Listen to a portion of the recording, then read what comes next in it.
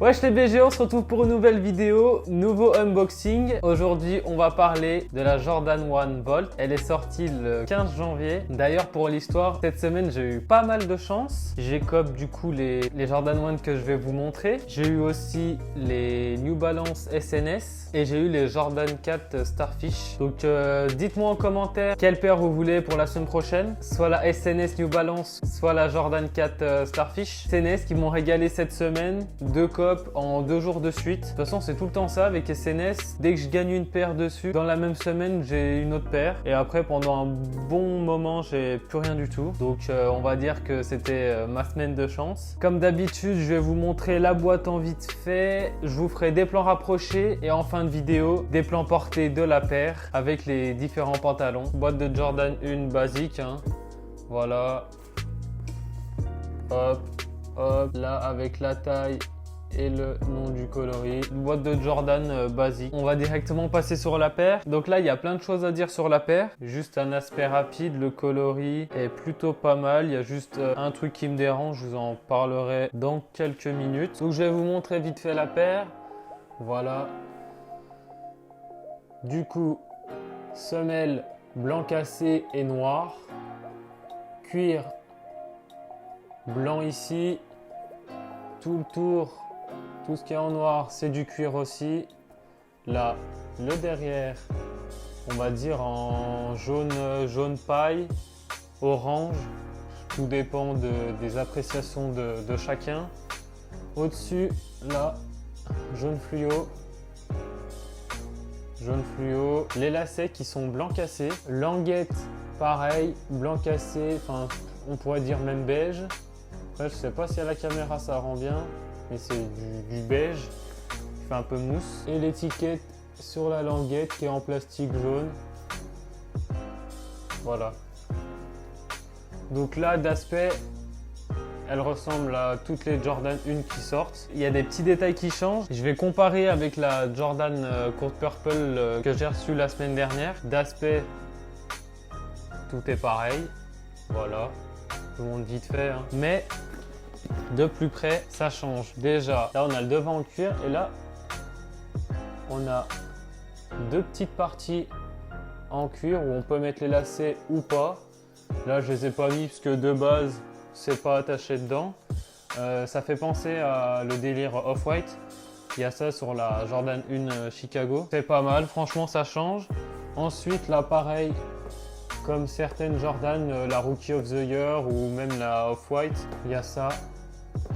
Comme ça, alors que là, tout est attaché. C'est plutôt pas mal, ça change. Après, c'est surtout le coloris là qui est pas ouf. Je trouve que ça va pas du tout avec le reste de la paire. Ensuite, autre détail qui change. Là, la partie qui est là, ou qui est même en dessous, c'est de la mousse. Donc c'est de la mousse blanche. C'est la seule partie de la paire qui est pas en cuir.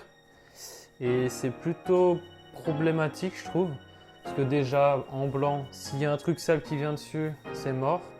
Et ceux qui mettent des jeans, je pense que ça peut déteindre. Donc au niveau de la durabilité de la paire, je pense pas que ce soit le meilleur matériau. Et ensuite, le dernier truc qui change, c'est la languette qui fait penser à une languette de blazer ou même certaines off-white.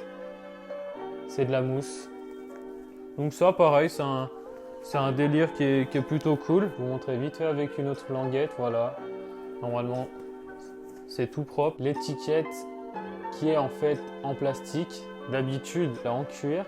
Et c'est surtout que là, elle est à l'envers. Là, le devant, il y avait le Nike sur l'autre. Et là, il y a les inscriptions. Et le Nike est derrière. Donc ce qui est cool, c'est que comparé aux Jordan 1 qui sortent en ce moment, c'est pas juste la Jordan 1 basique avec juste ils changent le coloris, ils sortent ça et c'est fait. Là, il y a 2-3 petits délires en plus qui sont vraiment cool. Ça fait, on pourrait dire que ça te fait une Off-White pour 160 balles, sachant que ça coûte vraiment rien au resell. C'est dans les 200 €. Donc vite fait, pour récapituler de ce que j'en pense de la paire, c'est que le travail qui a été effectué dessus est vraiment cool pour une paire entre guillemets qui est basique. Mais le point négatif, c'est le coloris. Enfin le coloris. Surtout une partie de la paire, c'est ça là. Je pense que d'ailleurs, dites-moi en commentaire. Moi, clairement, c'est ce qui me dérange sur la paire, c'est le jaune fluo. Je sais pas qui a choisi cette couleur, mais le jaune fluo a rien à faire ici. Il nique toute la paire. Ça aurait été, admettons, je vais cacher le jaune fluo. Regardez, la paire aurait été juste de dominance noire avec cette partie-là en orange jaune et au pire cette partie-là de la même couleur que celle-ci ou en noir. La paire aurait été folle. Mais là, regardez-moi. Ça ressemble plus à rien. Bon, après, c'est un détail parce que comme vous allez voir en fin de vidéo quand je la porte, moi vu que je porte des pantalons larges qui tombent sur le haut de la paire, on va dire qu'on voit qu'une toute petite partie du jaune fluo.